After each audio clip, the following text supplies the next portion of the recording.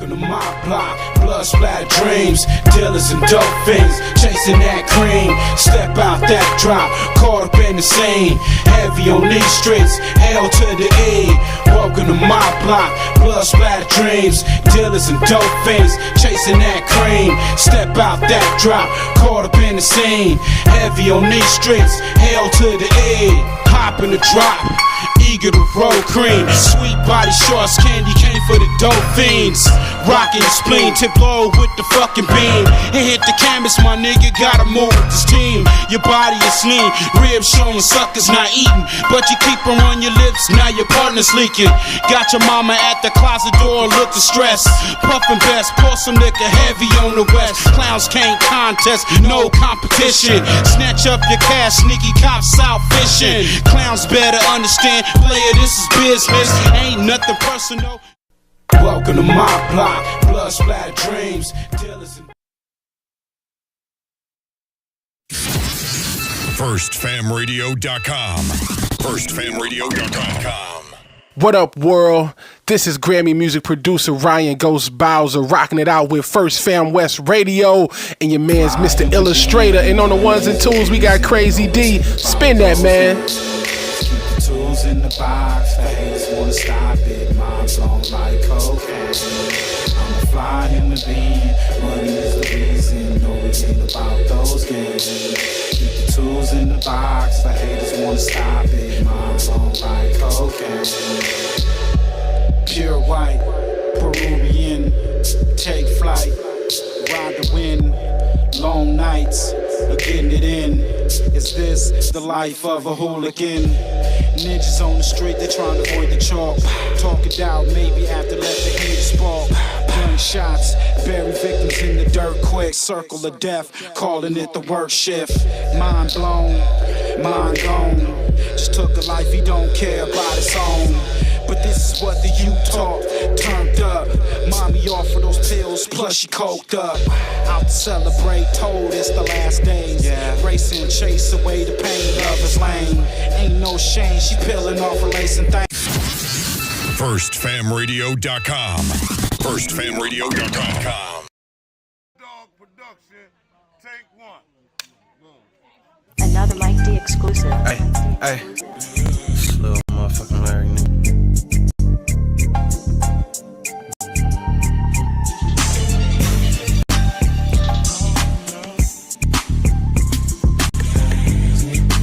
Alright, look, hey, I ain't no killer, but don't push me. Shit, I ain't no killer, you just pussy, you rookie. Ask for forgiveness, I put innocence in straight danger. Looked in the mirror, when I do, I see straight anger. Shit, I hate myself. Feel like a straight hater, hate these scores I was dealt, but I'm gon' be greater. Seems like I bounce back every time, but I keep falling, keep crawling. In the meantime, niggas keep talking, can't control it. Ooh, I got it on me, you better know it, epic moments. I'm finna make it, bro, I'm hella focused. Gotta stop playing with this gift that God's given me. I can change the world, God, thanks for these abilities. Look how I move, see God bless me with agility. It's about patience, then it's about consistency. Niggas hating, I bet you feel the hostility. I know somebody in this motherfucker feeling me, keep it real. Hey, hey, keep it real, I'm gon' keep it real with you. They can't see brothers do good, so keep it still with you.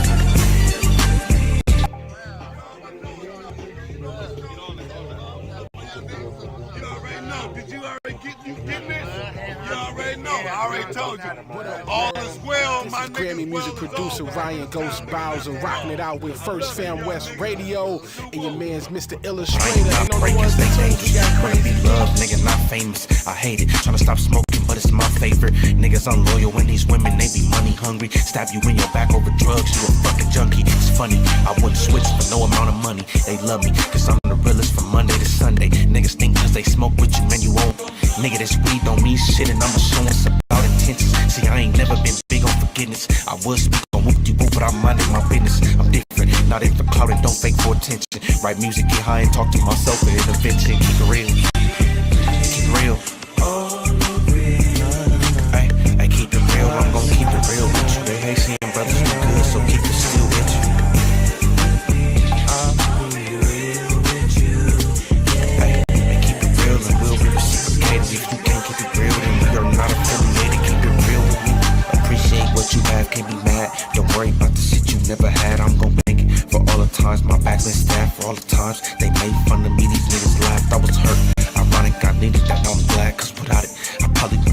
in his bag, God is so good.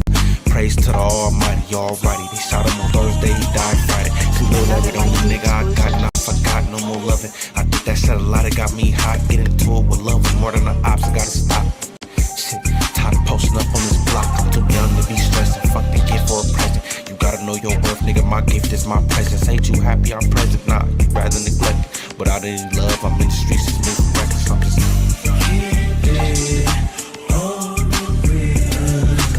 I keep it real, I'm gon' keep it real with you. They hate seeing brothers do good, so keep it still with you.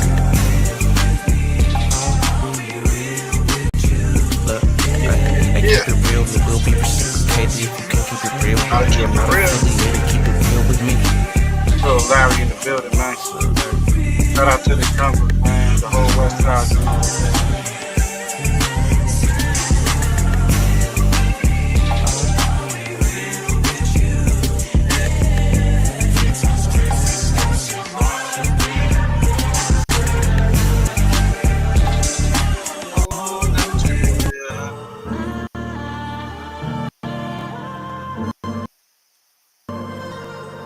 Yeah.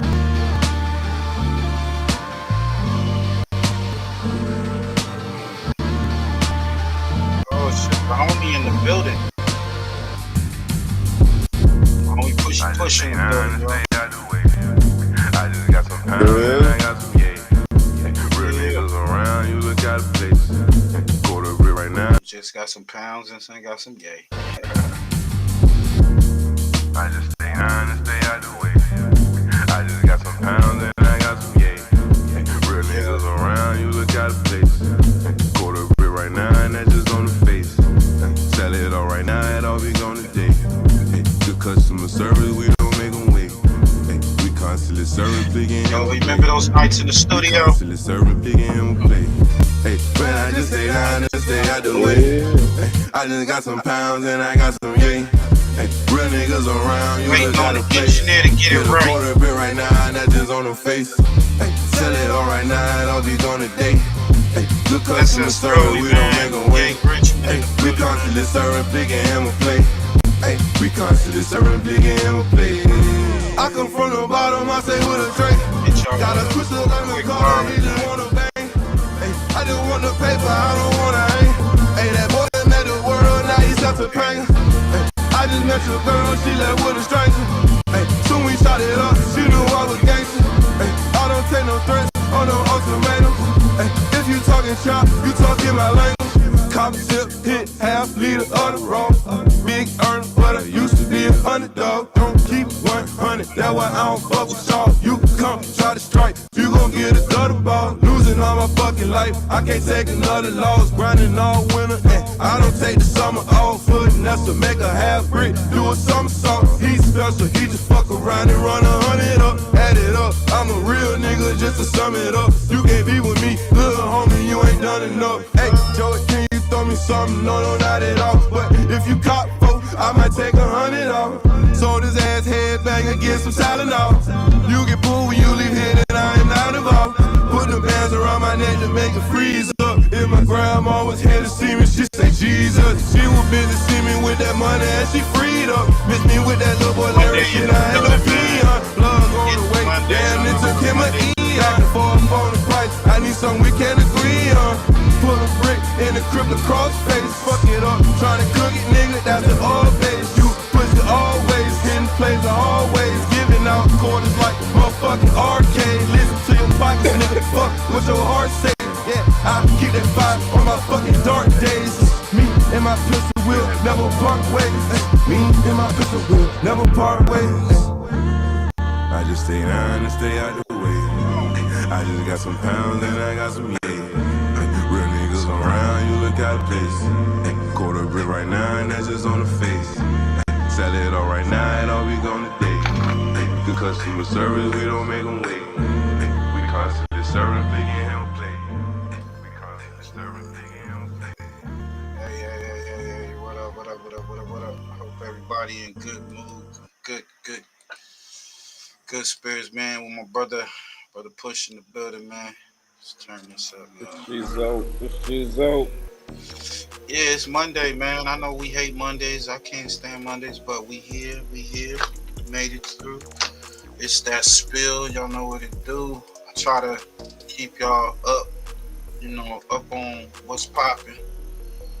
What happened the week before or whatever. Or what's in the news, what's in the drama with hip hop. And so I was going through some shit earlier, and I was just checking it all out, and I was just looking at all this whole Big U, Rollin 60 whole situation, R.I.C.O, and it's looking like a reality show / movie. Everybody got all types of stories. Everybody doing this, doing that. You got everything that's in the movie, action-packed movie. You got suspense, drama, murder, or unalivings, extortion, shakedowns, sounding like mob hits. I mean, this is a like modern day Soprano type thing going on. So we asked the question. We're gonna play some of these clips, and y'all can get in the comments. Let us know. We do our we do our commentary over here. Don't get your panties in a bunch. We make fun of you is because the content is on the YouTube. So yeah, this is brought to y'all by Fast Eddie 420. Got a new location, man. If y'all in the Inland Empire area, man, y'all need to pull up, man. That's at 272 South Patterson Way. Go fuck with it, man. Let them know your boy Ill sent you. He gonna hook you up with a free goodie bag. You know what I'm saying? Yeah, it's some shit up in there. You can get you some tree. You can get you some probably some papers. Get you some bone. You gonna get a little hitter, all that little shit. You know what I'm saying? But you gonna ain't bad. But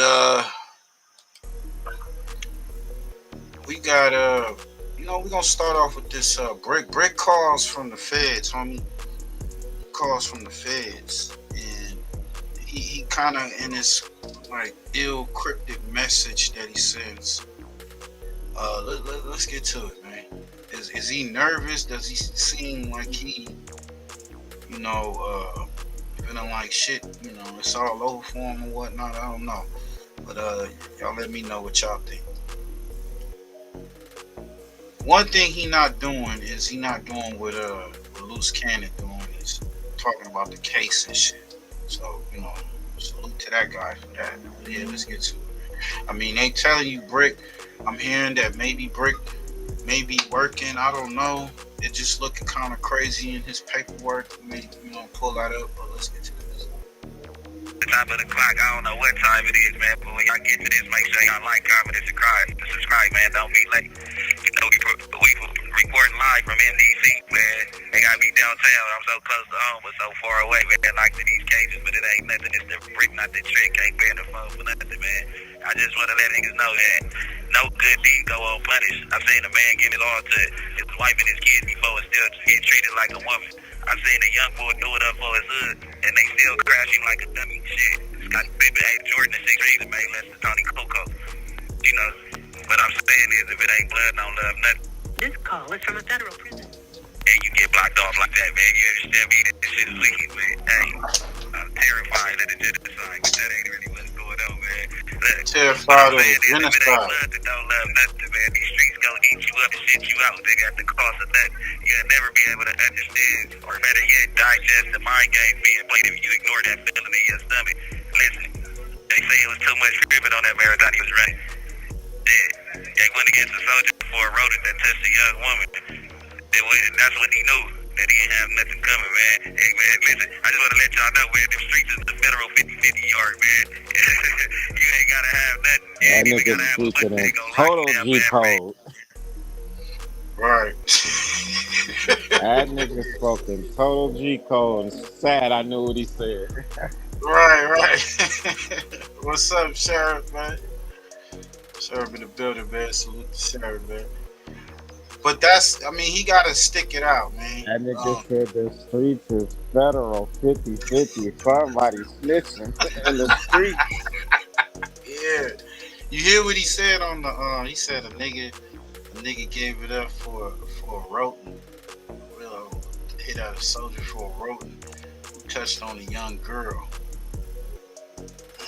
That sounds kind of crazy. Hey, so who's the person that got in trouble for touching a young girl? Because that person told on everyone to save himself.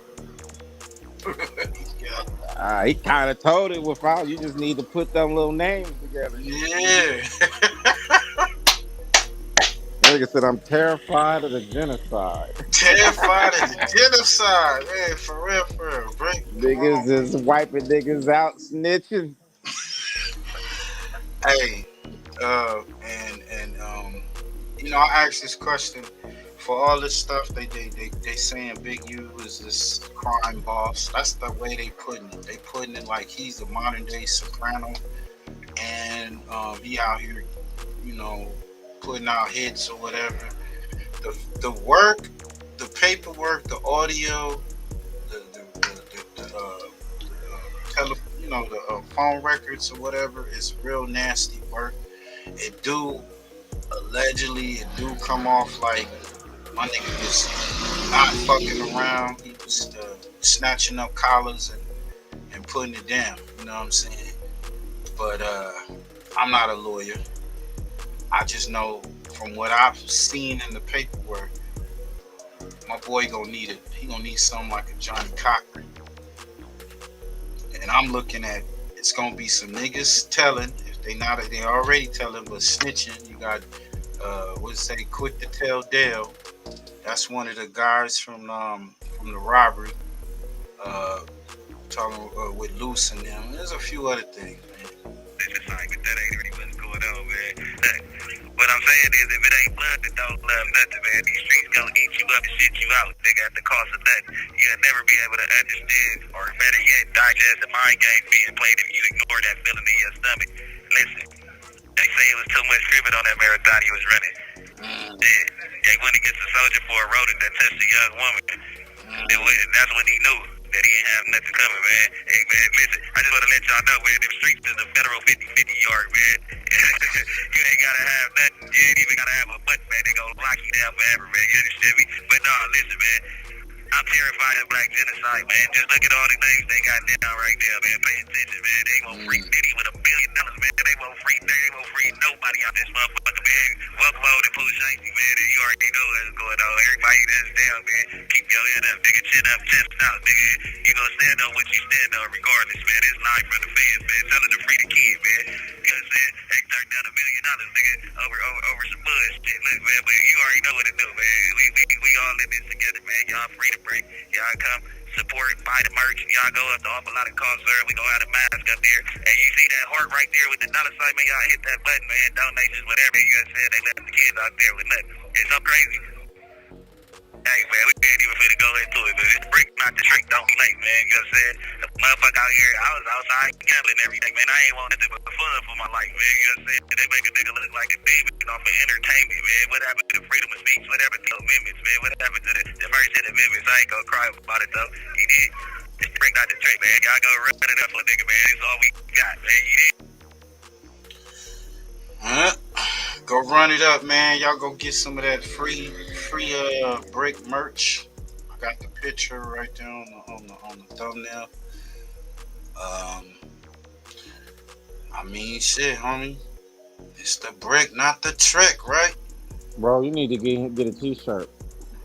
I know, huh? I need to tap in. You need to tap in. Get a t-shirt. Let me see. Free Big U t-shirt. You need to get one of them. Get a free Big U t-shirt. For real. Speaking of that, man. Man, this shit right here is wild. You know you want a free Sweetie. Sweetie! Hey, you know what's funny? Rich Trapper is making a killing off of those Sweetie shirts. He got the Sweetie shirts. They got the color in it and everything. Look like them old school wrestling shirts that your mama get you at the swap meet. And then he got a Flacco shirt, pathetic Flacco shirt. He got one of those shirts. That is crazy. And I know they running off the shelf with that shit. Somebody making money off these cool kooks. You know what I'm saying? So we got Brick Baby's paperwork. Said Brick Baby paperwork just got exposed. KB goes live. Y'all go check him out. Let's get to it. We've got some more paperwork to go over today. Y'all know how I do it over here on this channel. I read the paperwork so you guys don't have to. However, if you're interested in just reading this paperwork yourself, I have left a link to it in the description where you can read the whole thing or download it. I've seen some people posting this stuff online where they were just reading it. Nobody ever gives a link to the paperwork. So I put the link down in the description below in case y'all want to read it yourself. But for those of y'all who click this because you don't want to read it, let's go ahead and jump into this paperwork. So Brick Baby's paperwork got released yesterday on Pacer. And basically what this is a memorandum in opposition to request for review the reconsideration of order setting conditions of release detention. Basically, Brick Baby filed some paperwork saying that he wanted to be let out on bond. They filed this basically saying no, and they lay out everything that they have against Brick Baby in this paperwork. So right here, we've got the cover page. You can see that they got Brick Baby listed here with all of his different nicknames. They got the table of contents here, which is everything that is going to be inside of this document, right? And there are quite a few things to go over. So skipping past the table of contents, we get here to this introduction. It says defendant Zahir Mitchell asked this court to be released pending trial, arguing that a secure property bond is sufficient to reasonably assure his appearance and the safety of any other person or the community. To the contrary, defendant's criminal history shows a dedication to crime and recidivism, no matter what the consequences. Moreover, his conduct during the investigation in this case shows the same dedication to a life of crime and inability to comply with the rule of law. The indictment first alleges that defendant, when shooting at individuals, possessed ammunition expelled from a firearm on July 12, 2022. Then, on June 21st, 2023, defendant was captured on an intercepted call arguing with his significant other, in which she repeatedly recounted that defendant had pointed a gun at her while she was holding his infant child. Execution of a search warrant at the defendant's home followed, and 3 firearms, including an AK-47 style gun and over 125 rounds of ammunition, were found. Damn, nigga, who you going to war with? That nigga was ready for Iraq or some shit. He was ready to go over there to Gaza Strip or whatever. You know what I'm saying? After law enforcement seized those weapons and arrested the defendant, he continued undeterred. In March of 2024, defendant erupted at his place of employment, threatening individuals in the room and online with death, fighting security, and later admitting to possessing a firearm during that incident. Throughout 2024, defendant made claims online of murdering people and threatening to do the same to others. Then on March 18, 2025, the day before his arrest in this case, defendant went on a live video podcast with someone who he had previously threatened to kill. During the podcast, sitting across from that person, defendant brandished a firearm in his waistband. When defendant was arrested the following day, an unsecured firearm with multiple magazines of live ammunition matching that seen in the defendant's waistband on the podcast were found where defendant was staying with his young child. Wow, so that was a crazy paragraph right there. Pretty much they're saying that they had a wiretap of Brick Baby threatening to kill his baby mama. They're saying that Brick Baby went on no jumper and threatened to kill a bunch of people. And y'all may remember this is something that That's when he crashed out. Hey, so they've been listening ever since way back then, man. You know, it's crazy though, bro. But they just got this nigga with threats, and they got him with guns and bullets. You know, and his previous shit that don't allow him to have weapons. Right. But his shit ain't big U shit. Nah. His shit ain't like everybody else's shit, bro. I mean, that's typical nigga shit right there, what he got caught up on. Yep. I mean, I'm being real with you, bro. Like, he the only one that sits in a position where there's nothing really to snitch on. It's just your actions. Yeah, I don't think he gonna tell. I think it's a part in the paperwork where it sounds like that he said he's tired of doing what they want him to do, but that could be looked at another way. That could be looked at. I mean, it's still gonna have to show in some type of paperwork. Other than that, you know, that nigga going down off his own movement. That's a fact. Yes, man. You know, but everybody else, somebody's singing. I done kind of eliminated him a little bit, you know. Yeah. I don't think Brick is snitching. That's just what they saying. It says this situation it doesn't cause for it. That nigga just has to serve his time. He got caught with guns, nigga. Like, yeah, what you gonna snitch for? And you had what you had. Well, I think too, they got one situation where he was allegedly shaken down by a Big U. He had did a robbery, and he had agreed, or he had gave some proceeds to Big U. Big U was counting it out, said this is only $2,000. They were saying that it was supposed to be more. So they trying to say, well, you know, you've been out here doing these licks, and then you've been coming back to the boss that they look at as the boss and giving him his share or whatever. Yeah, but that's all alleged. Yeah, right. You ain't got no money or anything. Right, that shit ain't gonna stick. That's why I said the bullets, the guns, and his own mouthpiece towards the girl. That's his madness. Right. That I covered on my channel. This is when he went on No Jumper and had his infamous crash out and threatened to put a kill squad in the street if people kept playing with his name. Right, I'll go ahead and play that clip for y'all right now. It's not that long, just to add context. You niggas underlying conditions, nigga, on West Side Road to say that, nigga. On the dead homies, because y'all know what it is, nigga. There. And a nigga, boy, big reason I ain't come outside, kill one of you niggas, that's because I was in front of these white niggas. Dead homies, nigga. And the homie would have crashed, nigga. On 6'0", give a fuck about none of that, nigga. Shout out Devil Donut, nigga, my real 40s, cuz. These niggas 68ers though, nigga. On 6'0", and this my homeboy, nigga. On the hood. And whatever me and my homeboy gotta go through, nigga, to clear what we gotta clear, nigga, on 6'0", he gonna always be my homeboy, nigga. It don't matter whatever it is, nigga. But the energy that, nigga, from now on, nigga, keep on running content on my name, nigga, I'm putting Kill Squad in the street. Right, so they referenced that specific moment on No Jumper where Brick Baby was crashing out inside of this paperwork. Not only that, they mentioned that he got on the No Jumper podcast with somebody who he had quote unquote threatened to kill before in the past and brandished a firearm. And they're talking about this clip right here where Brick Baby, Loose Cannon, Adam 22 and Lush were all on No Jumper, and Brick Baby kind of did like a little stretch while him and Loose was kind of getting into it, and you can see the gun on his waistband. I think he did that so Loose could see that he was strapped, but apparently Loose ain't the only one that's Hey, but check this out. They got lighters that look just like that. Did they actually see him pull out the burner, point it at anybody or what? I mean, we said, oh yeah, he got a gun in his waist, If but he they ain't got no lawyer, bro. Ain't nobody gonna argue that shit. Got him a community motherfucking doctor, nigga. It's over. I hope the Kill Squad soldier or general don't got that. I hope he ain't, you know what I'm saying? Public defender, you know what I'm saying? Public doctor, nigga. It's a wrap. Apparently, the feds also were watching and seeing that. And this interview happened the day before Brick Baby was arrested.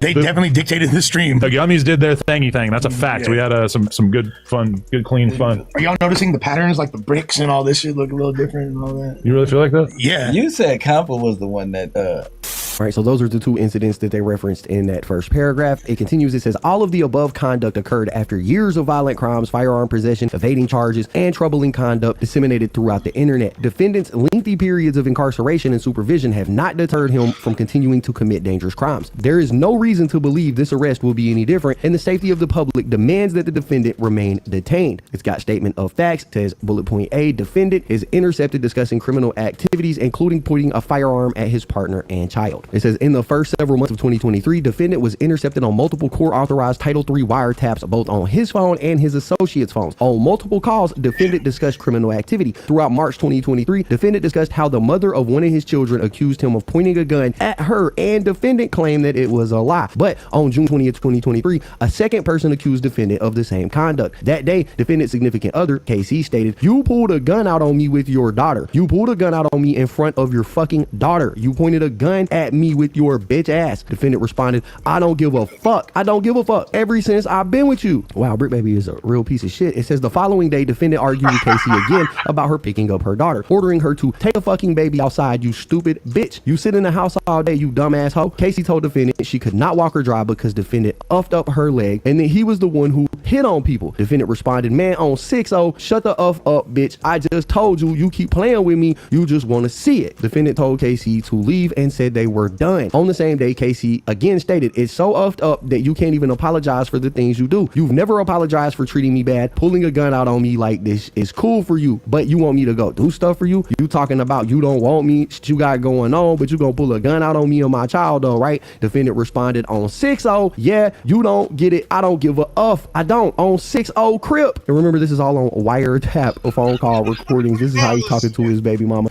It's got bullet point B. It says firearms and ammunitions are recovered recovered from defendant's home. It said, following the above mentioned calls, law enforcement obtained search warrants for the defendant's home, car, and person. Inside his home, law enforcement found the 3 firearms and ammunition listed in count 2 of the indictment. They found a .380 caliber pistol, a 9mm caliber pistol, and a 5.56 45 caliber assault rifle style firearm with over 125 rounds of ammunition. Defendant tried to drop some of the firearms and ammunition from his balcony into the courtyard of his apartment complex, just as he had previously stated that he would do on another intercepted call. It's got bullet point C. It says defendant is recorded on intercepted calls, making other admissions. Throughout the remaining period of the wiretaps, defendant made countless assertions or threats pertaining to violent conduct and weapon possession. For example, on February 20, 2023, defendant stated that he did not respect the elders in the gang and would pop anyone that was on 6'0". On March 6, 2023, defendant was on a phone call with his mother and found the mother of his child outside of his house. He told his mom that the mother of his child was in gangland and wanted to expire early. Defendant asked the mother of his child if she wanted to die in front of her son on 6'0", as defendant's mother screamed at him to stop because he may be being recorded. Damn, even his mama knew he was on wiretap. On March.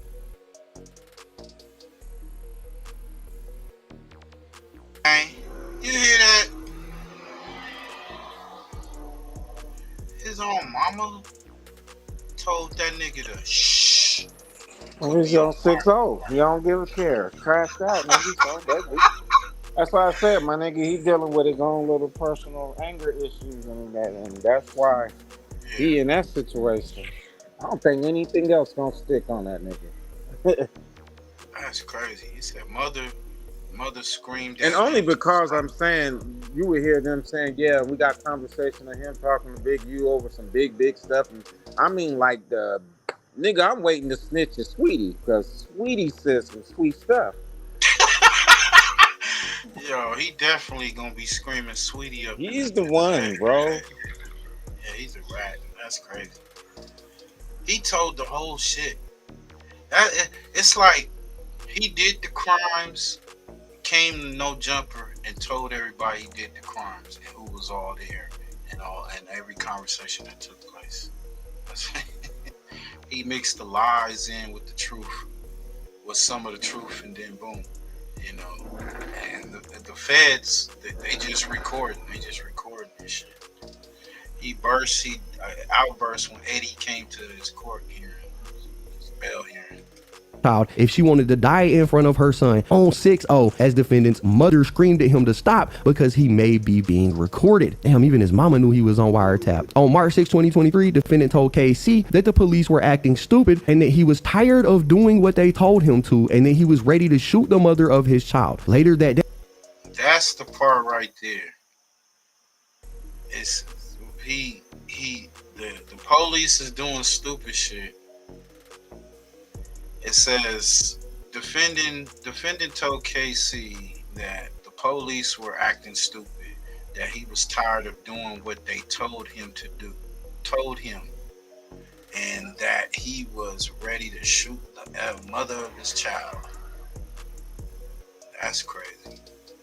That's the part that people are saying that why he's saying that if he didn't know that he was being surveilled or wired, or just seems weird. On 6'0", as defendant's mother screamed at him to stop because he may be being recorded. Damn, even his mama knew he was on wiretap. On March 6, 2023, defendant told KC that the police were acting stupid and that he was tired of doing what they told him to and that he was ready to shoot the mother of his child. Later that day, defendant told another unidentified male that he can kill the mother of his child, and he put that on 6'0". There's some interesting wording right there. It says that Brick Baby told his baby mama, KC, that the police were acting stupid and that he was tired of doing what they told him to do. I don't know what that means, man, but that kind of sounds like somebody might be working. Anyways, it goes on. Boom, we're gonna stop it there because I felt the same way, and there's a few people feeling that way on this YouTube. But like the homie said, what would he snitch on? You know, I mean, he could tell on whatever because he's part of the organization at the end of the day. But I don't know, maybe Brick felt or know that, yeah, the walls were closing in and he just didn't really give a fuck. He just, you know, all these are just weapons and ammunition. It ain't no, I don't see nothing where he actually tried to walk somebody down or whatnot, you know what I'm saying? And let's just. Do you think his girl gonna go in there and testify against him?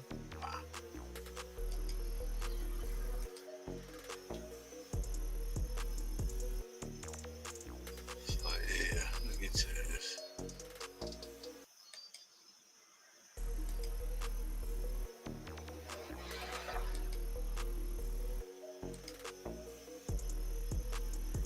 The man of the hour. You come up here with 30 niggas and none of them were 60s, nigga. Remember when Loose Cannon called in to No Jumper and Brick was there? Brick said Loose Cannon came up to No Jumper with like 20 dudes. Shout out to Burbank Studios, Burbank TV Reactions, man. Make sure y'all go over there, subscribe to the channel, man. And what? None of them 60. He's talking about the parking lot incident. He said, "What? None of the members are dudes from members of the 60s." I was wondering, okay, then who is it? If they weren't rolling 60s, who were these 20 dudes with them, right?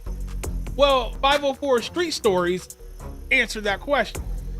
We're going to get into a video by him today. I bit a mark. And we're going to be discussing if Loose Cannon could be looking at a second R.I.C.O charge. Self-proclaimed boogeyman, Tremaine Ashley Williams, has dug a hole deeper for himself that he could ever imagine. The mere fact that this idiot believed that he could tell the feds he was just plain an online character is baffling to me. Now, had none of the crimes that he spoke on actually never happened, he may have had a case. Unfortunately, this is not true, as the portion of the indictment that mentions the fake Loose Cannon outlines the robbery and extortion of Dale Morrison, as well as the incident that took place at No Jumper. There you go. That's the number one witness, Rat.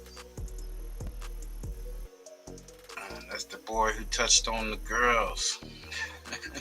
Way of his IBM team. Fake Loose Cannon has to be an absolute idiot, calling into No Jumper. NBC lost. And that's it right there. So apparently Loose Cannon is the quote unquote leader of an entirely different gang called IBM. And as you can see, they completely ripped. See, when I first seen this picture, I thought they were talking about IBM, the computer. And I was wondering, why is he wearing an IBM hoodie like he's a computer nerd or something?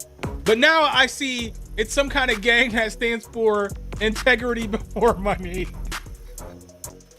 This is the aircraft carrier shelter you seized previously owned by a small faction of about 8. It's funny. It's just funny because one of the biggest liars on the internet is the so-called leader of a gang whose name is Integrity, who starts with integrity. Bruh, you can't make this shit up. Los Angeles spewing some of the stupidest shit I have ever heard. Loose, what's cracking, bro? Loose Cannon! What's up with it, King? How you doing? Not much, man. We tapped in right now. We got the Viral Way on here. We got Lush, and we got the one and only Munchie B. Andre. What up? What up with everybody? Chilling, man. Yeah, we were just having conversations, and we were kind of, I mean, I guess the first question is just how are you doing in there? What's your state of mind as you're locked up? Nah, the state of mind is good because at the end of the day, it's like, let this truth be known. Like, I don't put the niggas. You know what I'm saying? So everything else is false. Okay. Do you what's your media strategy in terms of talking on podcasts, doing live streams, etc., while you're in federal custody? Adam asking this box of rocks, but his media strategy is equivalent to asking a blind man for directions to the nearest convenience store. Bob James, who has a snitch jacket over his head himself, called him a box of rocks. Wow, during an interview with Black TV, state that he wasn't surprised at all that Loose Cannon was indicted. When these charges came down, were you surprised? Yeah. Well, not really surprised because I heard Whack them, Loose Cannon. I heard all of them dudes' conversation. And the way they were talking, I knew something was bound to happen. it seemed like they played it all the way up until that point. And they was just talking too loosely for me. The fake loose cannon is oblivious to the fact that when he receives his time for this particular RICO, that he will be enhanced. What that means is he will receive additional time. It's a known fact that the feds work off a point system. The more points, the more time. For many years, the state of California has recognized that criminal activity among gangs is extremely serious. And because of that, legislature has passed laws to enhance your sentence if you are a gang member and you are convicted of a crime. People often ask us, how does the prosecution prove I was in a gang? And believe it or not, in California, it's extremely easy for the prosecution to prove that. All the district attorney has to prove is, number one, that you are doing something with at least two other people. Number two, you have a joint identity. That means your name, by tattoos, or something that identifies you as a group. Three, they have to prove that you are in that gang, in part, to commit criminal activity. And four, that in fact, you did carry out criminal activity. That's all they have to prove. Being accused of... Well, hell, in this case, then, they don't have to prove anything. That proof is already online. Loose cannon wearing IBM shirts. You got the video of the no jumper incident, which in itself, that crime in itself is actual a federal offense. I'll explain that here in a little bit. Crime in California, where there's a gang enhancement involved, is extremely serious. The law as it relates to street gangs and enhancements is draconian in nature. The legislators have reserved particular harsh punishment if they believe and they can prove that you're a gang member. And that's a real critical issue. There's enhancements that add time to any sentence. It's a strike, which is one of the most serious types of felonies in California. It could have long-term effects even above and beyond that case. So just in terms of the strike, though, under California 3 strikes law, what you're saying is that if there's any felony where the DA adds a gang enhancement and the person's convicted, that automatically converts it into a strike? That's correct. The gang enhancement itself under 186.22 of the Penal Code is a potential strikeable offense also. This nigga he already was a felon. Loose cannon may not, shit, he looking at a lot of time. He retarded. That nigga retarded. Yo, this is shout out to Burbank TV. Y'all go over here, run them numbers up, man. 504 Street Stories and Gangster News Network. Podcast, packouts, and robberies. The new IBM RICO indictment that will get Loose Cannon life in prison. Ooh, man. Hit him with an elbow. Oh, that's fucked up, right? This nigga don't... This is one of his, members. Shout out my brother Loose Cannon. He the realest ever. I'm rocking with IBM for life. I love this shit. This has gotten to the point where one of the IBM dudes decided to delete all his videos and photos off his Instagram page. They got Loose Cannon. Hey, that's the guy. Allegedly, that's the guy. I'm rocking with IBM for life. I love this shit. This has gotten to the point where one of the IBM dudes decided to delete all his videos and photos. It's the nigga IBM Gloss. Dude Gloss. This the dude that was beating up on the old man, stripped him down to his giblets. I guess he stripped his whole little IG down. Like that gonna mean anything. I heard he got baptized and shit and became a Christian. Photos off his Instagram page. They got Loose Cannon on the Hobbs Act. He looking at life. Sweeties! Sweeties, Pop-Tarts! It was all real. Big U really was extorting people. They've been indicted. The Rollin 60'S and Loose Cannon and Brick Baby are in custody. If Loose does 10 years. She going after 3 months, bro. She's 3 months? That's 10 it? years. 3 months. Wow. Yeah.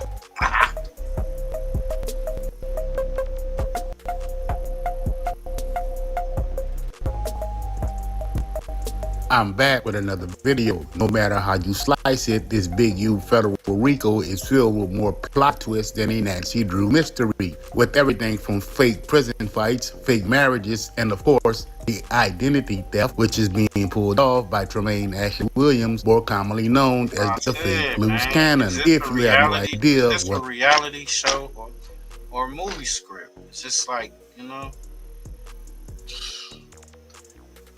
man. Homie said something on the last show, and you know, it's looking like that. Nobody want to go down for Big U.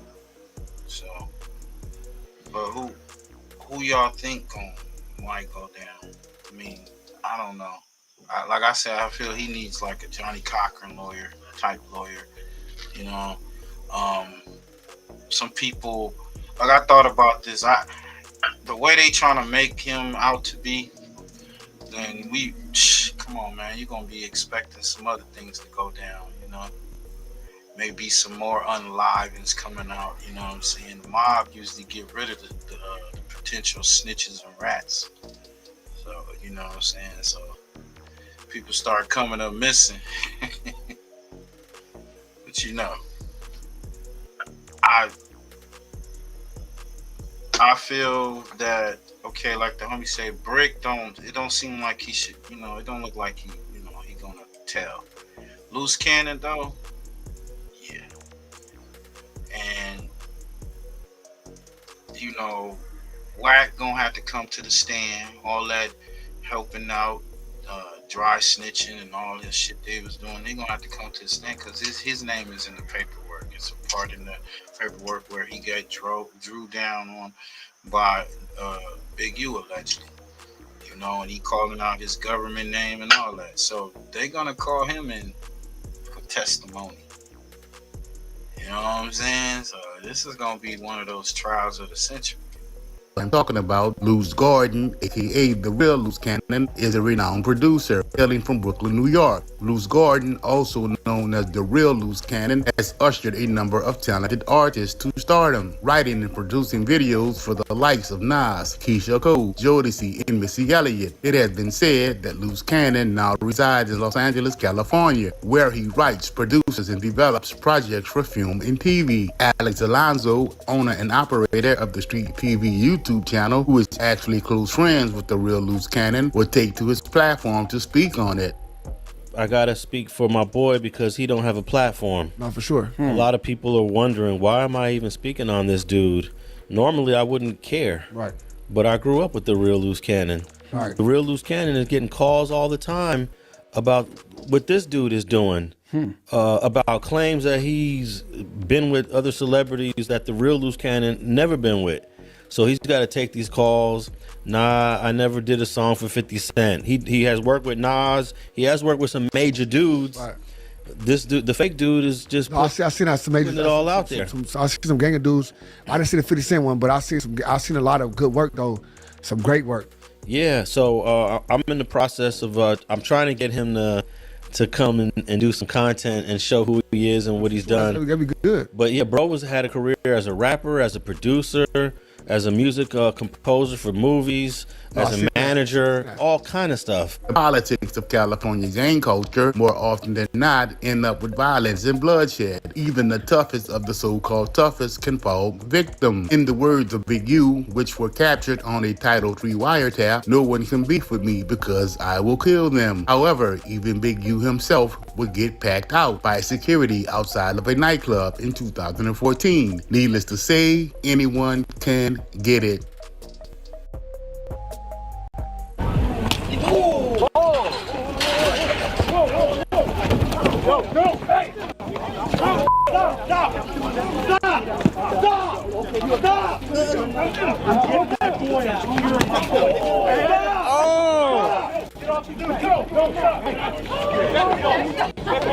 Hey, you, Mike. Hey, just stay down. He's good. You, Mike. Hey, close the gate, Mike. Close it up. Hey, close it up. Get him inside. Get him out. Get him out. Get him out. Get him out right now. Go. Get him out. Be cool. Just be cool. I don't want him in this. I don't. Get out. All right, cool. Get out of here. Back up. You, come on. You. Big U, you straight, girl? No,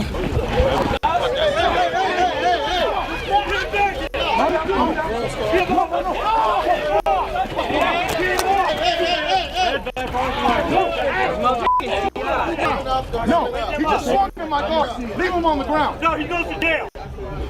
He goes to jail tonight. Let's go. Hey guys, back up. Come on, what are you doing? Internet clout. Sing. Yo, that was they try to, jump Big U and his homie that was out there. It's crazy because after that club apologized, fired the security guard, and paid Big U, I think 25 or something like that, 1,000. Yeah, you know what I'm saying? So, they had to pay up, you know what I'm saying? And doing the most outlandish things, all to garner likes and views, with hopes of being asked to do an interview, seemed to be the newest thing. What's going on? And I'm thinking LA and the West Coast is the place where all these niggas are certified gangsters. They always been in the chain gang before the indictment comes down? Before the feds even show you all the cards? Y'all talking? What the hell going on in LA? Yo, AdSense money is not this sweet. This is content. No, it's not. Take, for instance, the wild story about Big U that WAC 100 encouraged Loose Cannon to repeat on the No Jumper podcast. WAC 100 has been saying the most heinous shit about Big U this whole time. Then he brings in Loose Cannon with this nonsense story that Big Him rubbing his hair like that is a sign of he know what the fuck. It was getting real. Like, he's gonna ask the questions.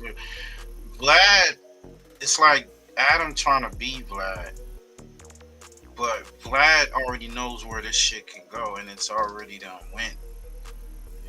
Remember Vlad got jumped, beat up by Rick Ross's people. Even though he sued him, but he still got the mitts put on him.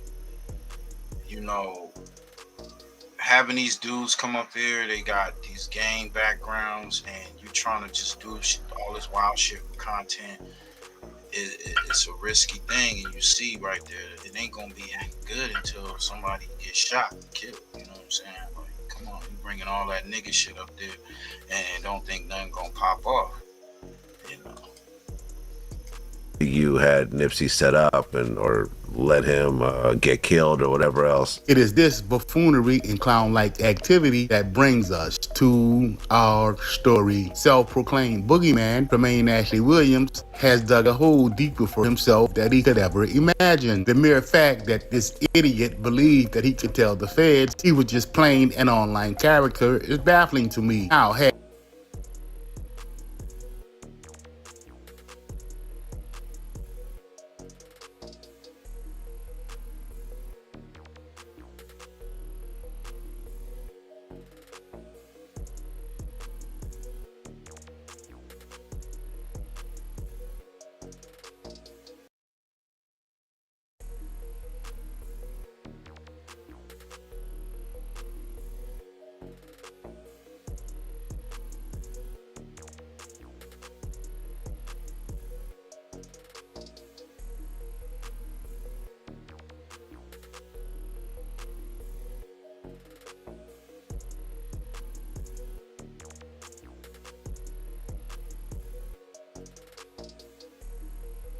So a lot of people don't know this. I was snitching before I got locked up. But it wasn't official till I got locked up because I had to sign papers. So this is you about to tell us when it started, this snitching? Yeah. I dream foreign. Funny dude. I F for this content. All right, man, I'm telling y'all, man. So I do want to give the guy called Dream Foreign TV and Dream Foreign. What time it is? I'm out here with Dream Foreign. Just want to shout out Dream Foreign TV, kid.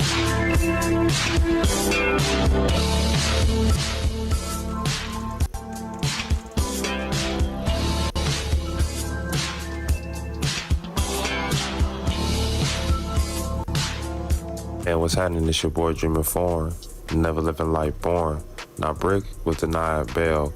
The U.S. government felt that he's a flight risk, and on top of that, what's really sealing his fate is not only the domestic violence case that he had against his wife, saying that he actually brandished a firearm and actually threatened to unalive her, and now with this wiretap that took place, was saying that he actually allegedly robbed a rapper, and then that's when Big U actually asked him for a percentage of that, and he agreed to it on the phone. So that right there is really sealing his fate right there, and it seems like he's going to become a new victim in the Big U case. For the last 6 to 5 years, the Rollin 60's have been on a microscope by the U.S. federal agencies and also local agencies. And considering the fact that you had a lot of these guys on these podcasts that's basically giving open confessions, like this po-ass nigga Loose Cannon and like this powderhead ass nigga Brick Baby. Now the Fed's main focus is Bear Claw and Big U. And with the world going against Brick, it seems like he'll most likely become another victim in the Big U case, considering the fact that he was allegedly getting extorted by Big U when the robbery had commenced, and he wanted to get some of that money out of that robbery, and Big U basically told him, nigga, you better break it off, I'm gonna break your motherfucking neck.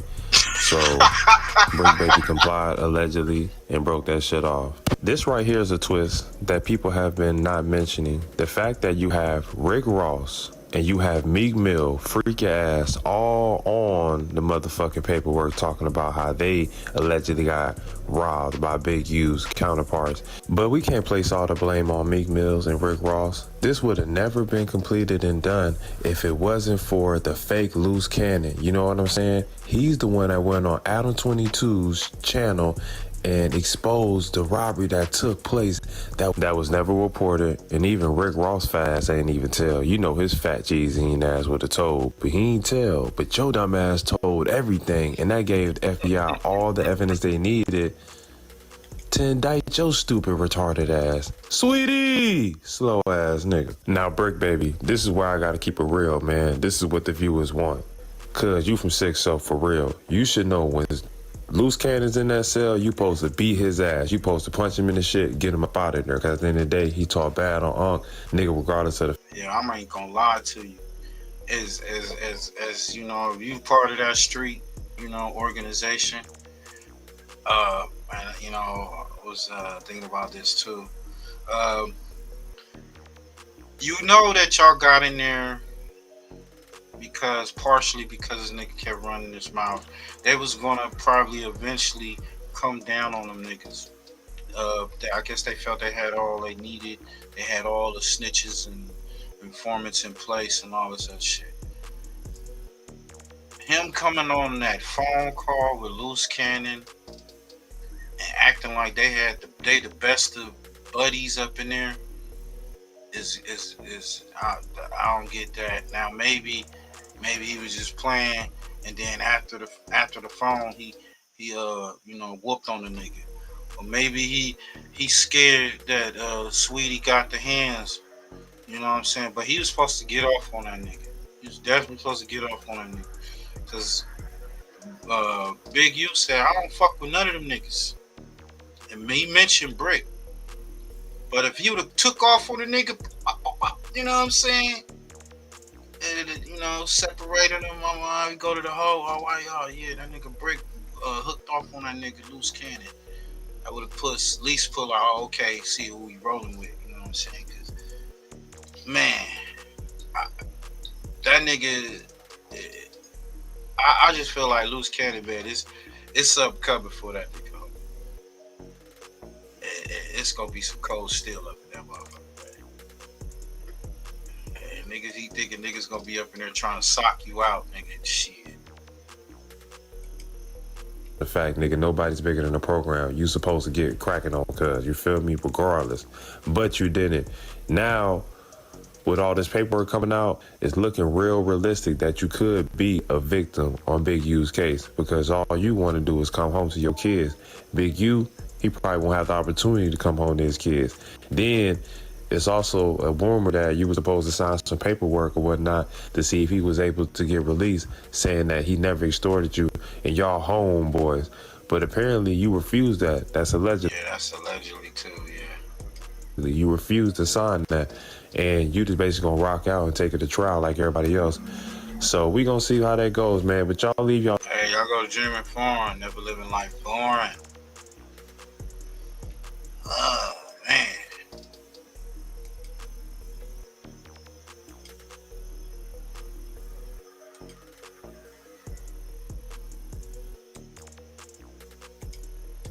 Tonight, breaking news, a music executive and a community activist wanted by the feds, accused of running a notorious South LA street gang, is now in custody. And KCAL News assignment editor Mike Rogers at the desk. Mike, some pretty serious allegations here. Very serious allegations. And Pat, moments ago, we want you to know that he was taken into custody. That's according to the U.S. Attorney's Office. We're talking here about Eugene Henley Jr., a 58-year-old man who is a music executive and a self-proclaimed community leader here in Los Angeles. The feds say he is actually the leader of a notorious South LA street gang accused in a series of very violent crimes, including murder. Earlier today, the United States Attorney's Office held a press conference announcing he was one of the few that they were still looking for connected to this large operation.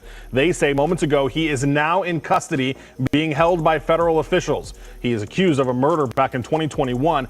He runs a music label, and according to the feds, he signed on a young aspiring rapper to record a song for them in a Las Vegas music studio. When that rapper then turned around and made a song, essentially a diss track against the duo, that, according to the feds, is when they traveled to Las Vegas, took him in the Nevada desert, and shot and killed him. There's a number. Allegedly, bitch.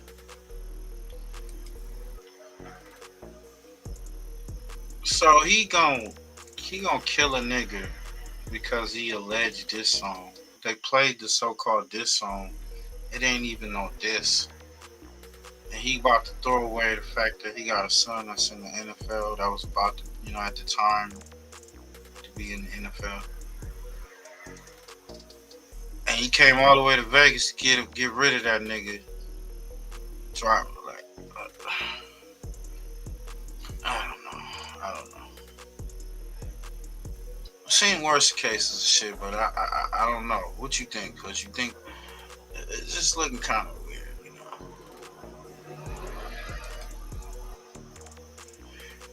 Yo, we got a R.I.C.O case with Sue Surf and the New Jersey Rollin 60 Crips, man.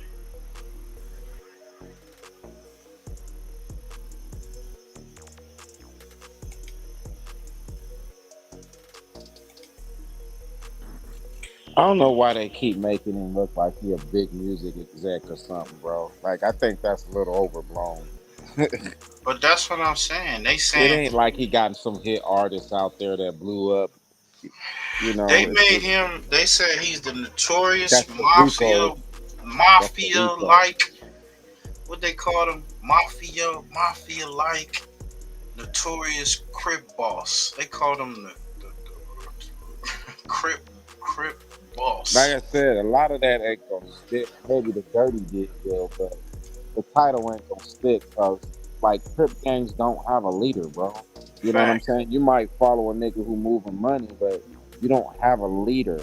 Like, when you're a disciple and things like that, folks, you come with a leader. You know what I'm saying? In the Mexican gang, you got a leader. But in Crip and Blood, there's no leader. You just following the money. And the fact that they just the feds, and their job is to paint the picture. They crowd chasing too, so they're gonna paint it like he's a leader, and they're gonna get statements or things that they heard. Well, he a big man. Oh, that's the OG. Oh yeah, that, and they'll say, well, see, OG means that he has a higher title than just what he is. Because even when I was reading the paper, it's like, oh, he's his underboss. Said Bear Claw's his underboss. I'm like, what the fuck? Like, they he got the underboss and the lieutenants and all that. That's it. And like you said, they following the money. So, and these wiretaps is kind of shaky. Let's see what the homie is saying about this case, man. We got the podcast with Soul. That's your boy Sean G. We Big U on the wiretaps talking about life, taking life, guns, assault, extortion. Henley, also known as Big U, for the Central District of California, October 24th, grand jury RICO indictment. So, Big U his phone has been tapped since 2022.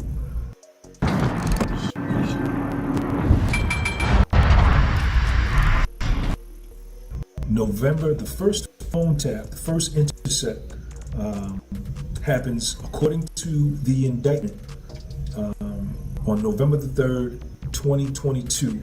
It's listed as overt act number 98.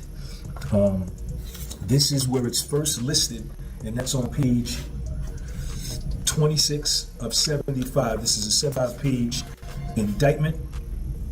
November the 3rd, 2022, overt act number 98, on an intercepted call discussing victim one, which is the dude they were extorting that had the marijuana dispensary. Defendant Big U told the defendant Robinson that victim one, quote unquote, wasted our name and they needed to fix that MFer up and get our money. So Big U is caught on wiretaps from November the 3rd, 2022 up until the day he surrenders, which is in March of 2025, November 2023, November 2024. He's on wiretaps for 27 months straight, talking about committing murders, talking about committing violence, talking about extortion, talking about smuggling cell phones into prison, talking about assault. See that shit right there, that smuggling shit into the cell phones. I mean, selling them cell phones into the prisons. That's some shit. Like, all this shit gotta be proven. You're all innocent until proven guilty. But this is what it's saying.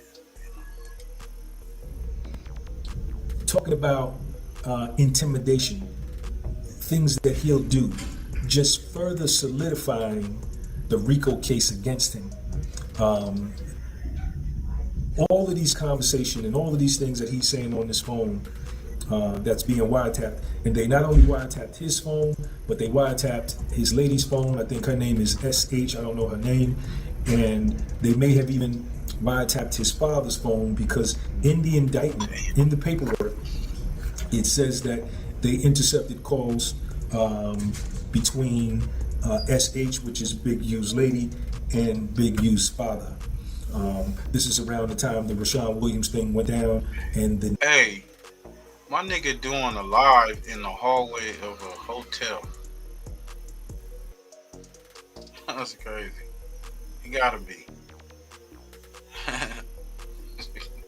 Nevada detectives were coming out to question him. They came to his house in Los Angeles, and his lady SH told the detectives that he wasn't there. What's up, Petty she Queen? immediately got on the phone after they left and called Big U and told him that the detectives came by here to see you, to question you about Rashawn Williams, and Big U is heard asking her how many cops were there. And so they got him on wiretaps, man. This is going to be a rough case for Big U to get around. Let's get into some of the facts. So the first time that we hear Big U on the wiretaps, as I just told you, is November. I got my notes right here. It's November 3rd, 2022. Then again, on November 7th, 4 days later, page 35 of 75, right? Page 35 of 75. Let's put that down. Let's go to page 35 of 75. November 7th, overt act number 147, on an intercepted call after an extortion victim stated that the defendant Big U had not fully paid, the Big U had not fully paid the extortion victim for work on Big U's vehicle. Defendant Big U directed the defendant to call the extortion victim right now and stated that he would go out there and kill that nigga. Defendant Martin then connected Big U with the extortion victim and participated in the extortionate call. So here he is threatening a victim with murder on the phone, caught. The next overt act is number 148, November 14th, 2022. On an intercepted call, Big U described to a former NFL player that Big U would beat the shit out of the producer who owned the studio in Las Vegas because he started shit between Big U and Whack 100. This is overt act number 148. Overt act number 149, November 22nd, 2022, 8 days later. The first intercepted call happens on November the 3rd.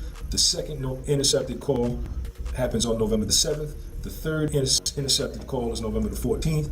The fourth intercepted call is November the 22nd. So it looks like they filed for the Title III wiretaps in November of 2022.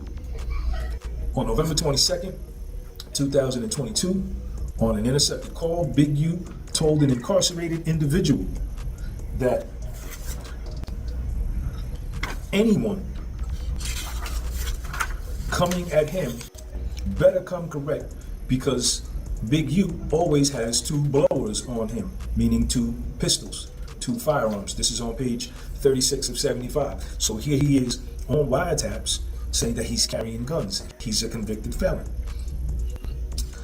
The next one, December. Oh, I skipped one. So in between November 7th and November 14th, there was another intercepted call on November 11th, 2022, involving Brick Baby committing a robbery, and Big U wanted a piece of what Brick Baby took in that robbery. And this is kind of interesting. This was page 19 of 75. Let's go there. Overt act number 43, page 19 of 75. On November the 11th, on an intercepted call, Big U and Big U Enterprise member and self-proclaimed Rollin 60'S member Zahir Mitchell, aka Brick Baby, coordinated how Brick Baby would give Big U the proceeds from a robbery that Brick Baby had committed.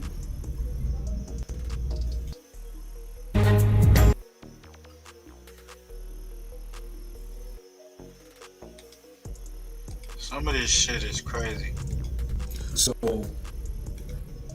that's something else. I don't want to speculate, but we have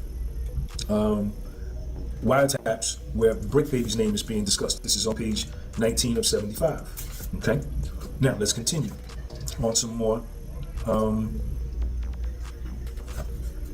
wiretaps.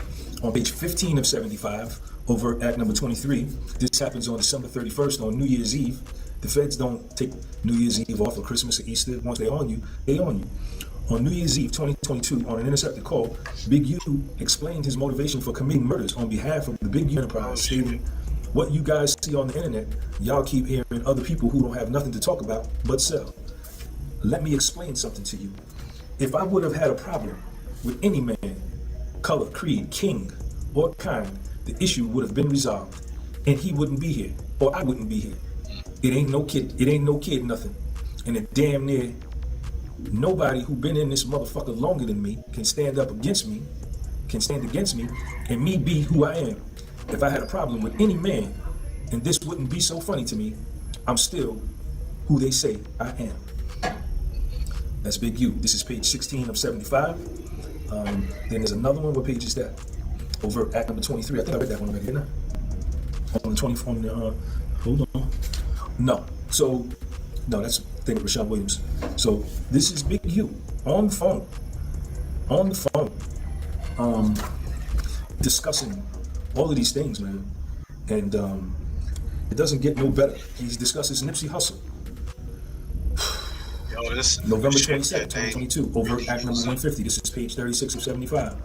On an intercepted call, November 22nd, 2022, Big U told an incarcerated individual that Big U was going to charge someone in federal prison $6,000 to have a phone smuggled into him. The following day, November 23rd, 2022, overt act number 151, on an intercepted call, Big U said that he can pay 3 people $50 each to beat someone up. Overt act number 152, November 23rd, the same day. On an intercepted call, Big U described paying people to mess up a store that was refusing to provide Big U a discount. Overt act number 153 on December 27, 2020. He was gonna send some niggas to whoop. He's fucked up. Allegedly, he was gonna send some niggas to beat up on the store owners because they ain't getting a discount. God damn. Ruthless. Allegedly. God damn, that's crazy. 22. Yo, they know how to paint the picture, right? Big U told the Big U Enterprise associate that they need to hang OG Crit Cuz, whatever that means. On November 27, 2022, on an intercepted call, Big U told another Big U Enterprise associate that OG Crit Cuz needed to be disciplined thoroughly for a violation of CAPP'N. Overt act number 155. On an intercepted call, defendant Henley said that when defendant Henley catches whack 100, I'm gonna break his jaw. Overt act number 156. December 31st, 2022, New Year's Eve, on an intercepted call, Big U said that they need to hang OG Crit Cuz, whatever that means. On November 27, 2022, on an intercepted call, Big U told another Big U Enterprise associate that OG Crit Cuz needed to be disciplined thoroughly for a violation of CAPP'N. Overt act number 155. On an intercepted call, defendant Henley said that when defendant Henley catches whack 100, I'm gonna break his jaw. Overt act number 156. December 31st, 2022, New Year's Eve, on an intercepted call, Big U said that Big U was bigger than the deceased rapper Nipsey Hussle, that Big U disciplined Nipsey Hussle, and that defendant Big U was bigger than any other Rollin 60. So this is Big U discussing Nipsey Hussle. Overt act number 157. On December 31st, 2022, on an intercepted call, Big U said that if anyone has an issue with defendant Big U, they will no longer be alive. The very next day, overt act number 158, page 37 of 75, on January 1st, 2023, on an intercepted call, defendant Big U said that he was not beefing with Nipsey Hussle, because if anyone beefs with Big U, I'm gonna kill him, period. I am going to murder him. This is Big U on the phone. And Nipsey Hussle's name is mentioned while he's saying this on the phone. On January 2nd, the very next day, page 37 and 35, overt act number 159, on an intercepted call, Big U told the Big U associate DS that to manipulate the press for DS's lawsuit against law enforcement, DS should show both positive and negative parts of his life, wear glasses, and say that he was working with developing options even though he was not. Overt act number 160. January 2nd, 2023, on an intercepted call, Big U told Big U Enterprise associate DS that defendant Big U needed to at least break the producer's jaw. Overt act number 161. On January 3rd, 2023, on an intercepted call, Big U described to an incarcerated individual tooling up with firearms to travel to a Crips neighborhood because we are the most arrogant, bougie, self-righteous motherfuckers on planet Earth. Overt act number 162, January 3rd, 2023, on an intercepted call, Big U told an incarcerated individual that defendant Big U was going to purchase 6 miniature phones to send to the incarcerated individual so that he can sell them in prison for $1,000 each. Overt act number 163, January 5th, 2023, on an intercepted call, Big U said that another individual was done for being a rat. Page 37 and 35. Overt act number 164 on January 12th, 2023, on an intercepted call, Big U said he wanted to beat the shit out of whack 100. This is page 38 of 75. Overt act number 165 on January 17, 2023, on an intercepted call, Big U discussed traveling to Jordan Downs within Grape Street Crip territory and threatening to kill motherfuckers every day until he got his things back. Overt act number 166, January 17, 2023, on an intercepted call, Big U stated that he was the hunter of the 60s and that he had obtained paperwork on individuals that should no longer be associated with the gang anymore. Overt act number 167, February 13, 2023, on an intercepted call, Big U told the co-conspirator that Big U was going to break the jaw of a business manager of a former NBA MVP. Overt act number 168, February 14, 2023, on an intercepted call, Defendant Big U described smacking him again. Over Act number 169, April 1st, 2023, on an intercepted call, Big U asked someone to grab Big U's blower, which he left on the ground in a blue sweatshirt in front of a tire. He's talking about his gun. Over Act number 170, April 23rd, 2023, on an intercepted call, Big U discussed gang politics with a co-conspirator and stated, "I'm retired, nigga. I'm retired, nigga? This isn't a question. I'm retired, nigga? Activist? I'll pull up on your block right now, nigga, and show up and show out, nigga. That's what happened to the last niggas that thought I was retired." This is Pig.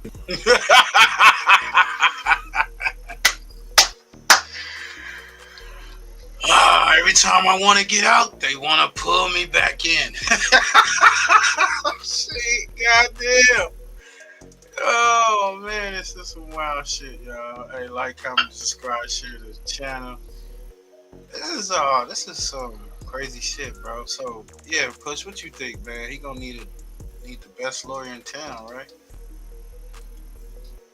Shit looking wild. Y'all go check that out, man. Sean G's podcast with Soul. He breaks down that and other parts of the paperwork. Like I said, we ain't lawyers over here. We just observers, man. We just spectators. We sitting on the sidelines, checking it all out. I told Mar, Top Media TV, snap on whack for snitching on Big U. You gotta be the feds. Sends a scary warning to this nigga. So Ayatollah Marv pretty much goes in on WAC 100. He explains how WAC 100 gotta be a snitch working for the FBI or something, because he has all this information on Big U. He's reading up all this paperwork.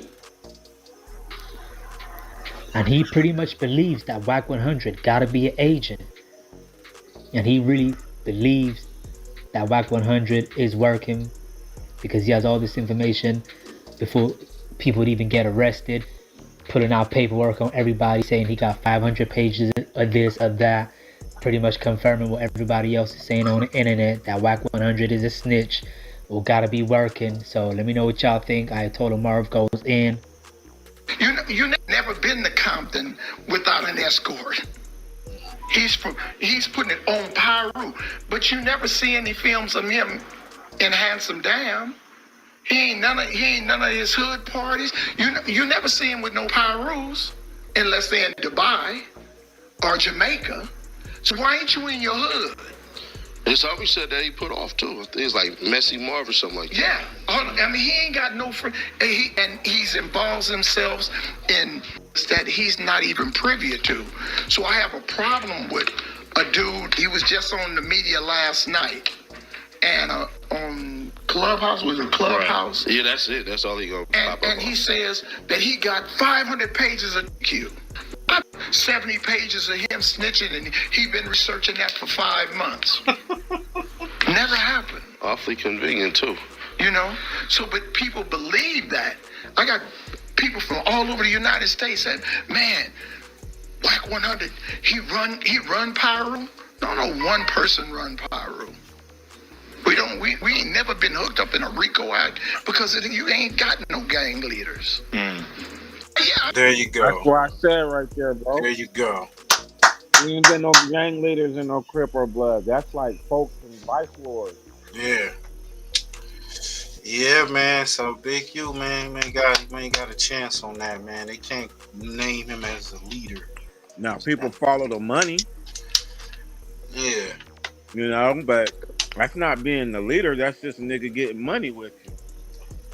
The thing about the 60s is it's a big hood, and it's off in sections, and there ain't no one leader. There's no leaders in that none of those gangs. So there's other people that's just as prominent, making money, doing what they do. That's from the 60s. You know what I'm saying? He's just one of those that had a name throughout the years. You know what I'm saying? But there's others. So yeah, they can't stick that on him. I mean, you know, he got his where he wanted to be. He be in Dubai. I can't go to Dubai. I'm on federal parole, so he gonna stay out my way. Wow. But anybody that's gonna be in my way, they should tread lightly on what they say to people. We got so many of these young dudes that think that we through, and that they think they can say anything out their mouth. This media got people confused. I had to change my monogram. They call that OG, original gangster. I'm a RG, a real gangster. If you fuck with me, I will shoot your ass. Period. Wow. If you run down Rosecrans and fuck with me, something is gonna happen, or something gonna happen to me. Wow. Some people just talk that shit. I'm about that shit, really. Oh, so that's what he mad, because you say he ain't from... Yeah, but he not. He's not from Compton. Yeah, he from Pacoima. So, man, if you a Piru, anybody can be a Piru. Yeah. But everybody ain't from Compton. Right. You understand me?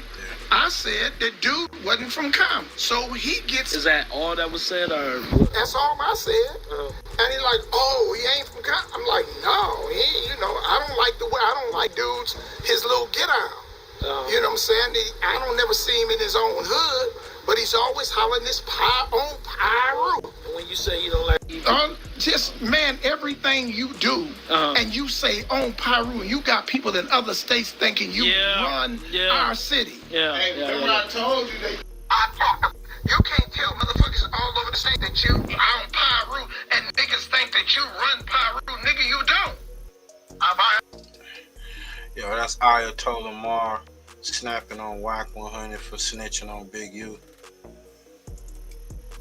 Yeah, man. This guy,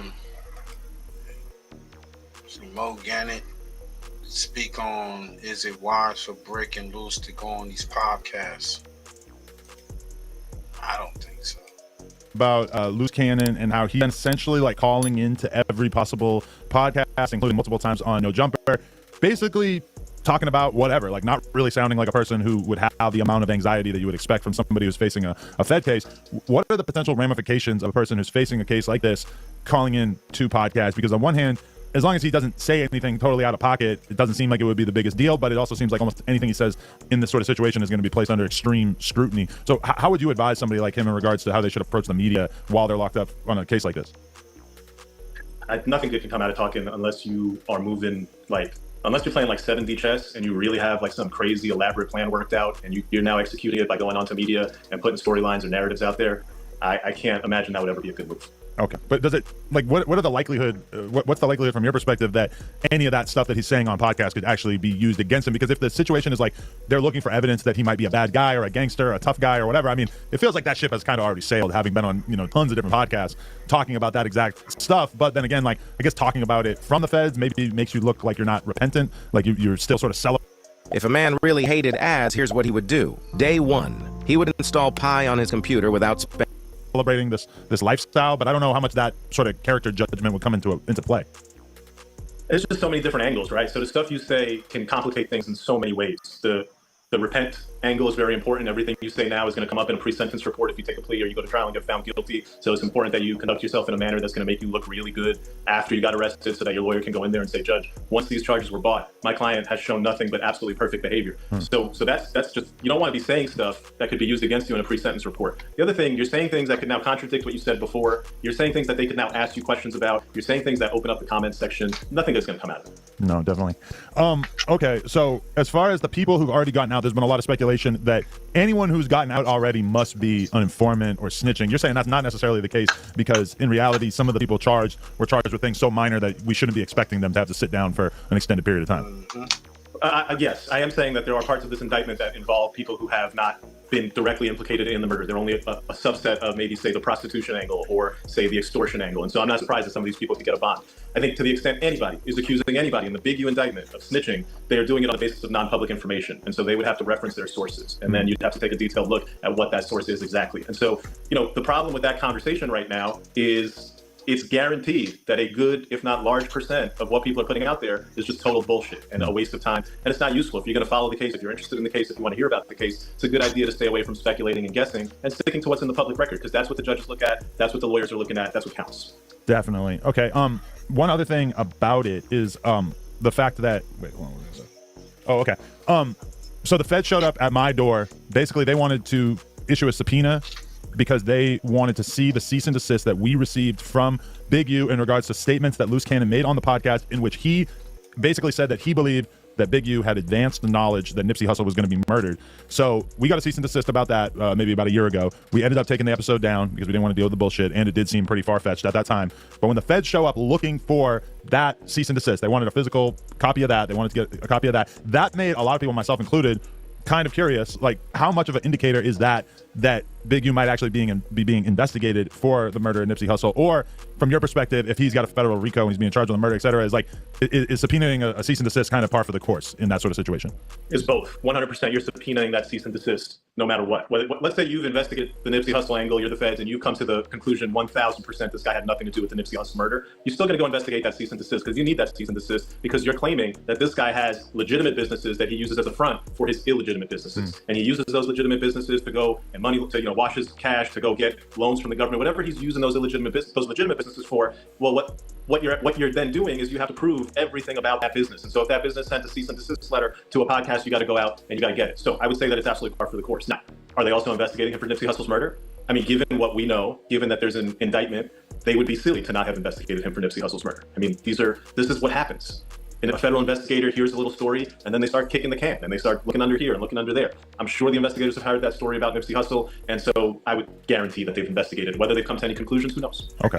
And then my final question. So it's been noted by a lot of people that this case is kind of extraordinary just because there were multiple content creators, WAC 100 and Christopher Lovejoy specifically, who basically knew that this RICO was coming and had advanced information from the mother of the victim, because the mother actually told back on the phone that the police or federal agents, I guess, had confided in her and told her that when they examined the body of their son who had died, Rayshawn, that they found Big U's DNA under his fingernails. Now, and I guess they told the mom, hey, please don't repeat this to anyone, et cetera, et cetera. She ended up telling WAC. She asked him not to say anything. He did anyway. He said that he didn't. I don't care what this fuck nigga saying. All day, every day, them niggas was dry snitching. They were telling stuff, even if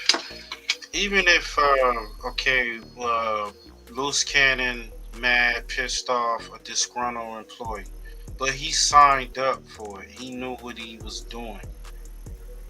WAC 100 said he was around this guy for like 17 years. He knew him, so he knew what was going on around him and all that. He claimed he know his family, his wife, all this other shit.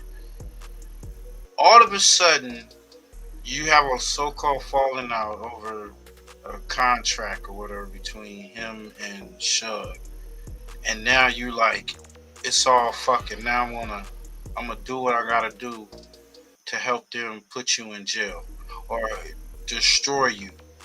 The other one, oh, you know what? I'm gonna put the murder of Nipsey Hussle on you.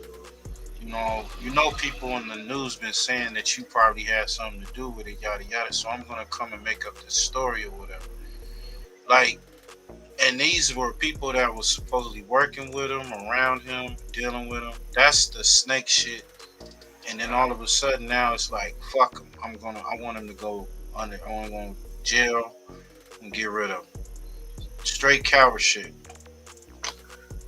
No, I don't condone none of that shit, man. Didn't really even think that it was a real thing at the time, but then it comes out that this is actually accurate. Is it, from your perspective, how out of the ordinary is that to have the feds or local police, whatever it was, providing the family of the victim with information about how there was going to be this indictment at some point in the future? Because this just kind of, that shit was bogus. I don't believe it. I don't even believe that was the female, the actual mother. So yeah, I don't know, man. What y'all think? Do you think it's looking bad for your boy Big U? The whole team, they're really trying to bring him down, but they've been, like I said, they've been on the Rollin 60'S ever since they rise to prominent, and Big U is just part of the equation. They're trying to get him up out of here. They want to connect him to this RICO out in New Jersey with Sue Surf. Only gonna play a little bit of this, man. It's too long, and the live went longer than I thought. But yeah, we're gonna get up out of here after this. Salute to everybody pulling up.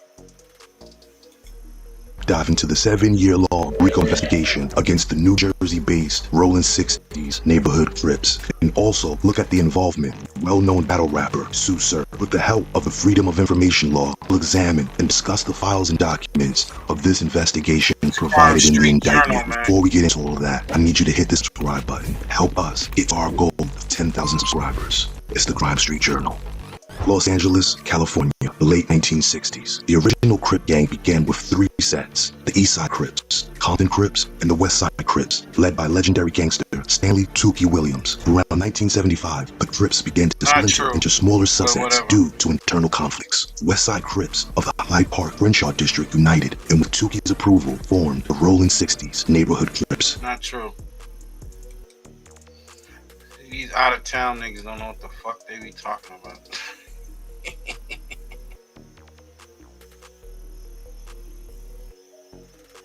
Let's get to this Sue Surf. 60s was moving through the night streets with another Rollin 60's member, and they spotted several gang members and witnessed intimidation. They would also taunt rival gang members. Well-known battle rapper and reputed member 60's was moving through the night streets with another Rollin 60's member, and they spotted several gang members from the rival Rollin 47s. Without warning, Sue Surf and his homies drew their firearms. The sound of the What the fuck is a Rollin 47? Yo, that's some new shit. Rollin 47s. 47, okay. shots shattered the silence. Chaos erupted. They from the 40s. As the Rollin 47's members ducked behind parked cars and drew their own weapons, returning fire, the streets quickly turned into a battleground. Bullets flew in every direction, ricocheting off of brick walls and parked cars. Aftermath of the scene was devastation, and the street was now littered with shell casings and shattered glass. Fortunately, for both sides, no one was killed. 2 years later, July 24, 2019, Sue Surf would be arrested by law enforcement for the possession of 2 firearms. He was shortly released. Then, on June 26, 2021, while traveling in a car in East Orange, Sue Surf threatened to kill another man and displayed a firearm with an extended magazine. It would also be discovered that Sue Surf would use social media to set up drug deals for MDA and cannabis. Besides the Rollin 47s, another major rival to the Rollin 60s is the gang known as the Jungle Boys, who have ties to the 793 Bloods. The Rollin 60s and the Jungle Boys are currently in the middle of a deadly gang war. September 25th, 2018, Elijah Williams, aka Little Smith, one of the Rollin 60s on the indictment, when he spotted rival Jungle Boy members sitting in a parked car. 4 Jungle Boys sat in the car chilling when Little Smith pulled up and opened fire inside the car. In this quadruple shooting, all victims were shot but survived. One victim who was shot became paralyzed from the incident. For the years that followed, the Rollin 60s would use social media to taunt the paralyzed victim about being confined in a wheelchair. This was just the beginning of this murderous feud. March 17th, 2019. On this frigid evening, the streets of Newark were eerily quiet. 18-year-old Deontay Barr, known on the streets as Little Trub, was inside the #1 Chinese restaurant on South Orange Avenue. Little Trub, an active member of the Rollin 60s Crips, had just placed his food order. As he waited, there's no telling where his mind might have wandered to. Unfortunately, little did he know danger lurked just outside that restaurant window. Marquise Jenkins, known on the streets as Grippo Gunner, is an infamous member of the Jungle Boys, and he happened to be passing the window. Grippo spotted Little Trub through the glass. A surge of revenge ran through him, and without hesitation, Grippo spun around with his firearm in his grasp, and in a swift motion, lifted his gun and aimed it through the restaurant window. The next few moments unfolded in a terrifying blur. The sound of the shattering glass and gunfire filled the restaurant. 6 shots rang out inside. Chaos erupted. Patrons screamed, ducking for cover, while Little Trub was hit multiple times, his body jolting with each impact. As quickly as he appeared, Grippo vanished into the night, leaving behind a scene of carnage and fear. Little Trub collapsed to the floor, the life in his eyes dimming as blood pooled around him. The restaurant was now replaced with frantic shouts for help and the screams of terror. Minutes later, sirens cut through and the paramedics rushed in, where they found Little Trub on the floor, his breathing shallow. They performed life-saving CPR as they fought to keep him alive during the rush to Newark's University Hospital. In the emergency room, doctors worked tirelessly in an effort against time, but despite their efforts, the damage was too severe, and at 10:57 p.m., Deontay Barr, aka Little Trub, was pronounced dead. Spin your passion into a business with Shopify. That's crazy that nigga get killed all the way in a whole nother state following a gang that originated in California. That's some wild shit. Upon learning of the murder of Lil Trub, OG Freak began to plan the gang's revenge and began messaging other members on Facebook. In these messages, OG Freak ordered members to steal a car so that they could run a drill on Grippo. OG Freak and the gang were especially angry because Grippo had allegedly shot and murdered another Rollin 60's member named Banga some time back. Now that OG Freak had the plan set, it was now time to put the work in. On March 20th, 2019, 3 days after the murder of Deontay Little Trub Bar, Marquise Jenkins, known as Grippo Gunna, a member of the Jungle Boys, was leaving class from Irvington High School where he was a student. Unaware of the danger ahead, he walked near Clinton Avenue. Elijah Little Smith Williams from the Rollin 60's neighborhood Crips had sworn revenge for his friend Little Trub's death. Little Smith, gun in hand, sprinted towards Marquise, who saw him too late, and in the broad daylight, shots rang out, echoing off the nearby storefronts. Bystanders scattered in panic as Marquise tried to flee, but he was caught in the crossfire. Bullets tore through his body, and Marquise collapsed on the hard sidewalk. Little Smith fled, having completed his act of vengeance. Paramedics arrived and rushed Marquise to University Hospital in Newark, but despite their efforts, Grippo Gunna was later pronounced dead. What would soon follow would be a bloody war between the Rollin 60's and the Jungle Boys. Lives would be lost on both sides through gun violence. Then, in September 2022, the RICO indictment was handed down and the gang members were arrested. Mir Edmonds, aka G-Baby, pled guilty and was sentenced to 84 months in prison for his role in the racketeering conspiracy. Taheen Terry, aka Ta, aka Rollin Ta, pled guilty and was sentenced to 178 months in prison for his role in a racketeering conspiracy. Ray Jean Cox, aka Sue Surf, pled guilty and was sentenced to 60 months in prison for his role in a racketeering conspiracy and for possession of firearm and ammunition as a convicted felon. Amir Warden, aka... Hey, Surf got the less time. And we played some paperwork on the other one. And they trying to, it looking like he did talk to those boys. So it's a rumor alleged that he spoke to them boys. He did a little bit of cheese grabbing. You know what I'm saying? He got the less time out of all them niggas.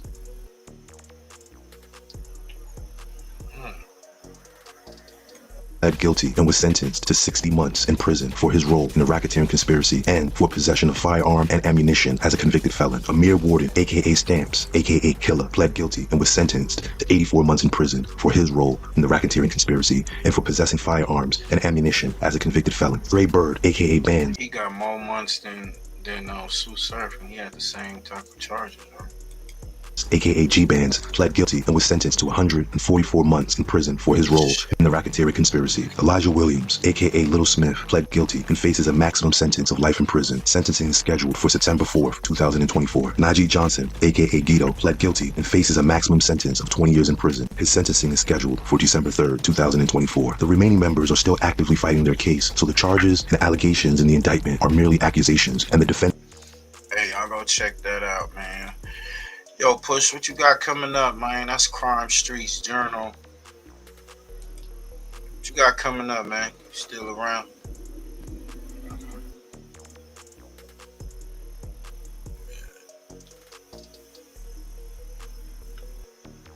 Nigga stepped away.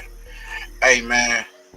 Appreciate everybody for tapping in, man. We're gonna get up out of here.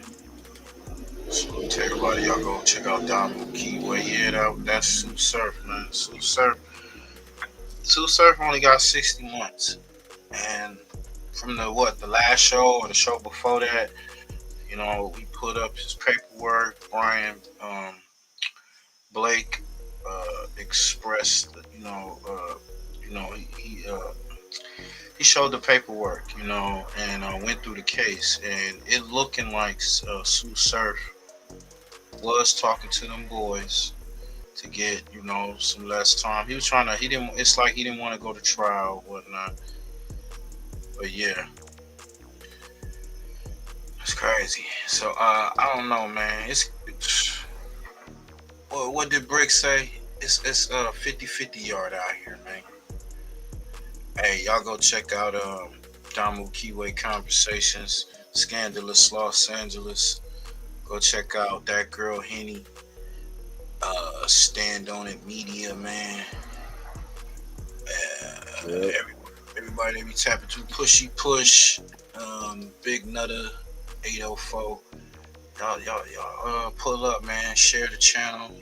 We gonna get back at y'all, man. I may go live from the session, man. Y'all may go live from the dispensary session, whatnot. You know what I'm saying? But Peace, everybody.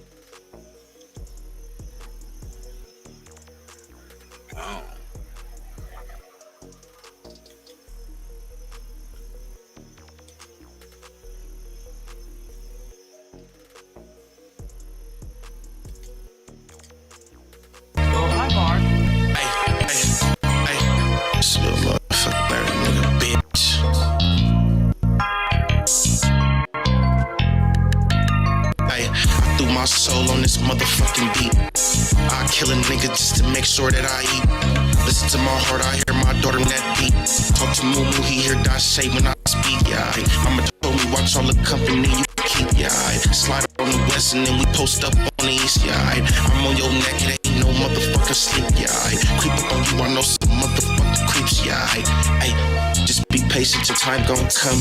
Like a rock star on the stage, I just might drum. Feel a pistol in the middle of some beef, I'm behind my gun. If it ain't the police, you can never name a time I run. Easty nigga, I kept that dope in my socks, okay? You better duck or get motherfucking shot, yeah, okay? You ain't my brother if you fucking with ops, yeah, okay? Stick up your plug and have it take me to your spot, yeah, okay? See, you don't understand that peek through them blinds. I was dancing with the devil, brother. Time after time, guarantee you see murder. You take a look inside my eyes. Money called me and told me they all act a surprise. Can't believe what you saying, I know you wear a disguise. You gon' fail trying to play me, you gon' die trying to try. Put some shots in this upper body, put his soul in the sky. I am not with the back and forth, all my niggas trying to slide. On Corella, threw my soul on this motherfucking beat. I kill a nigga just to make sure that I eat. Listen to my heart, I hear my daughter when that beats. Talk to Moo, he hear that shade when I speak, yeah. Mama told me watch all the company you keep, yeah. Slide on the west and then we post up on the east, yeah. I'm on your neck, it ain't no motherfucking sleep, yeah. Creep up on you, I know some motherfucking creeps, yeah. See, you don't hate me, you just hate the addiction. I remember being alone in the most fucked up position. FirstFamRadio.com. FirstFamRadio.com.